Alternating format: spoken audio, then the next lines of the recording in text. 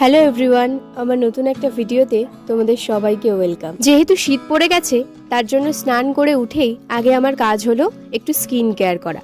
আর আমার প্রচণ্ড dry skin জানো, যার জন্য শীতকালে আমাকে বডি লোশন বা মুখে ক্রিম দিয়ে সবসময়ই প্রায় থাকতে হয়। এই শীতকাল পড়লেই ছোটবেলার দিনগুলোকে খুব মনে পড়ে। ছোটবেলায় মা আমাকে আর দিদিকে রোদে তেল মাখিয়ে খানিকক্ষণ রেখে দিত, তারপর স্নান করলেই ব্যাস সারাদিন একদম তেলতেলে থাকতো পুরো গাটা। জানো, আমি কিন্তু বাড়ির কাজকর্ম করতে খুবই ভালোবাসি।